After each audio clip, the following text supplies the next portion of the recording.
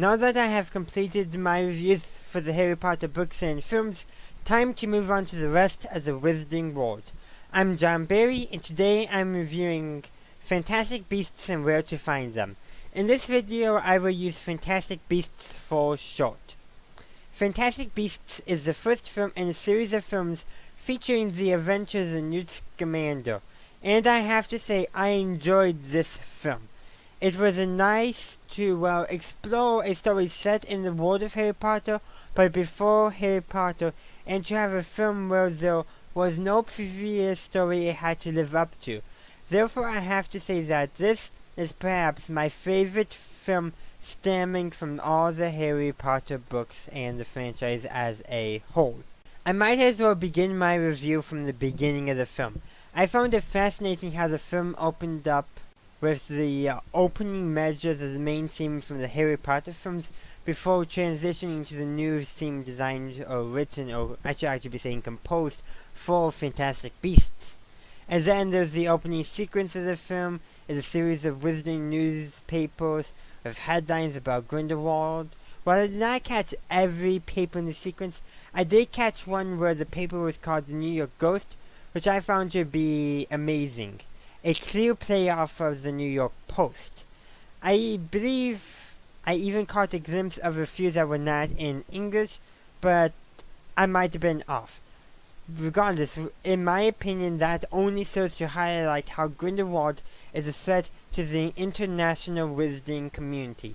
I did not know if one of those papers was a Daily Prophet, but I'm pretty sure since one of them mentioned that Hogwarts had increased security that it had to be one of those papers. I just missed the title, I guess. No, the part of the paper that says what's the paper's name. I must have missed that for the Daily Prophet in the film. I think this has become a trademark of the Harry Potter films set in the Wizarding World, and I expect it to continue throughout the rest of the rest of the Fantastic Beasts films. Of course, there is so much I would love to discuss, but I think I would like to especially compliment the film on its attention to detail and what I believe is a very good job at making the setting actually feel like 1920s America. More specifically, 1920s urban America, because rural America would have been very different. The small things such as the cobblestone streets of New York, the clothing everyone's wearing, the elevated train track, the subway system, the streetcar tracks in the streets, and these are just a few small things. The presence of wizard speakeasies also helps make the world feel more real.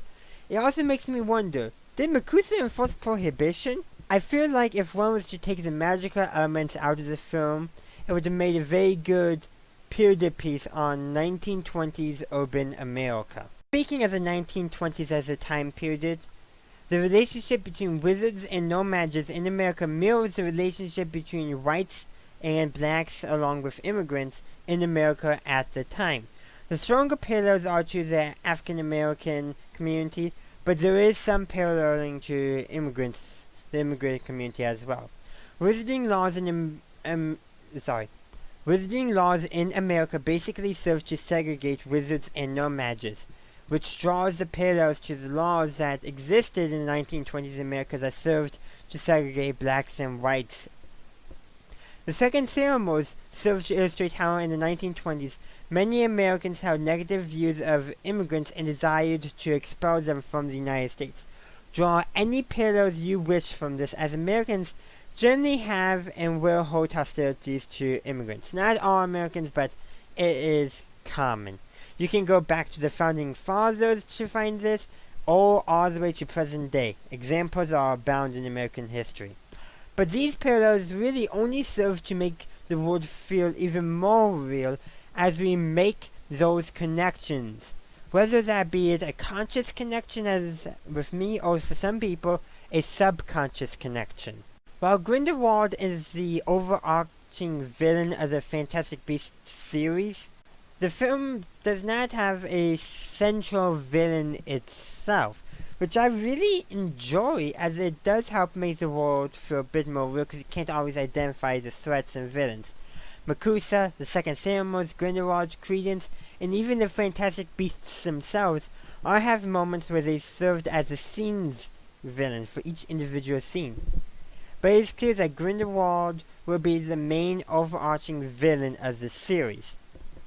Though perhaps the pre-knowledge we have from the Harry Potter books makes this more abundantly clear, as do the newspapers in the opening of the film. This film also formally introduces Obscurios, though it is commonly held as fact by most Harry Potter fans that Ariana Dumbledore was an Obscurio. Based off of what is learned in this film about Obscurios, most of the evidence comes from this film. Now that I've addressed that, I would like to move on to the Fantastic Beasts themselves. There were so many of them, and if I'm correct, all of them were created with CGI. Some of them were very photorealistic that you wouldn't be able to tell, but others were the opposite, those were probably made with CGI. I found those with long fur to be the easiest to tell that it was CGI, followed by those with skin. From my knowledge of Pixar, I know that hair and skin can be some of the hardest things to animate. And on that, they have to be more realistic than for Fantastic Beasts, unlike a Pixar film which can get away with a plastic look, but a live-action film just can't. Note something, I have yet to actually talk about the main characters, so let's move on to them. I found them all to be interesting and fascinating, each in their own individual way, and the chemistry between them felt real and developed nicely in the film. Beginning with Newt, I actually saw a lot of myself in Newt, at least when it comes to social interactions. Like Newt, I can become very shy and awkward in new social situations. Tina Goldstein makes a good counterpart or foil to Newt, but I think counterpart is better than foil. But a little bit of foil there, but mostly counterpart. Like Newt, she is awkward around people, but unlike Newt, she does manage slightly better to connect with people. Though we namely see this through her sister Queenie, and let's be real, generally people will have better relations with their siblings than they do other people. However, both Tina and Newt are passionate about their careers. Newt is passionate about Fantastic Beasts, if it was not obvious enough. Tina is passionate about her former work as an investigator.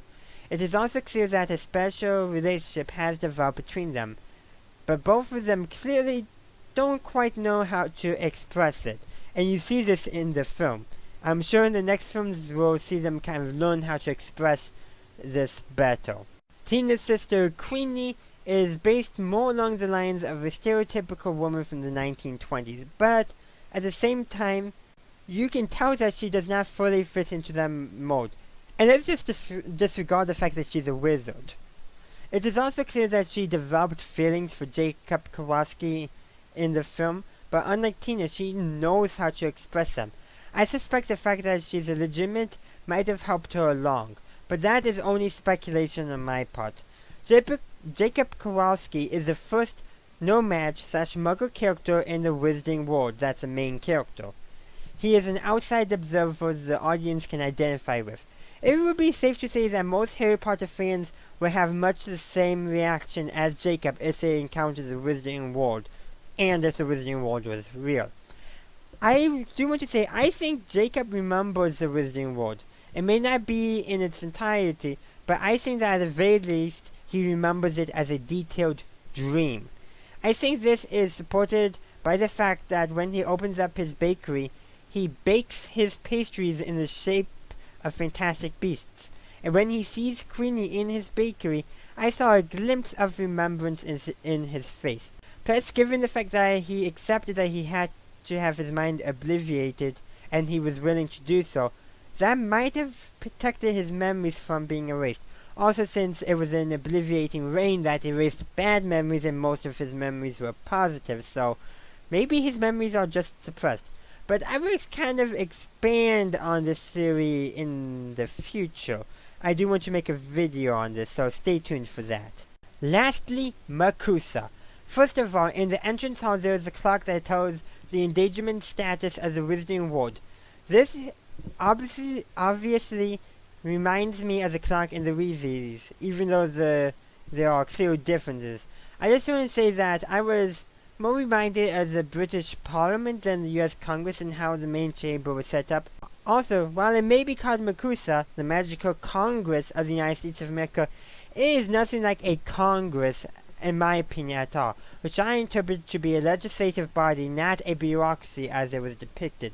The Ministry of Magic in Great Britain makes more sense, and its role in society better correlates with its name than Makusa does.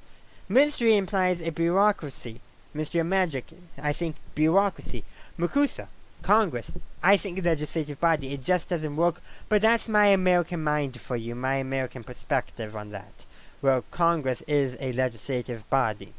That concludes my review of Fantastic Beasts and Where to Find Them. As of right now, this may be my favorite movie involving the Wizarding World. Likely because, as I stated earlier, there are no books to measure it against and to compare it to. And I was truly able to come to the story fresh and with no expectations beyond what others have already said about it. My question for you today is, what did you think of Fantastic Beasts? Let me know in the comments. If you enjoyed my review, please like the video and subscribe to my channel for future content. And if you actually want to be notified by YouTube of when my video is released, please ring the bell icon down below. Also consider following me on Twitter and liking me on Facebook in order to stay up to date on all that I do. Lastly, consider supporting me on Patreon. Thank you for watching, and as always, have a good day, a good night, wherever you are. Have a good one.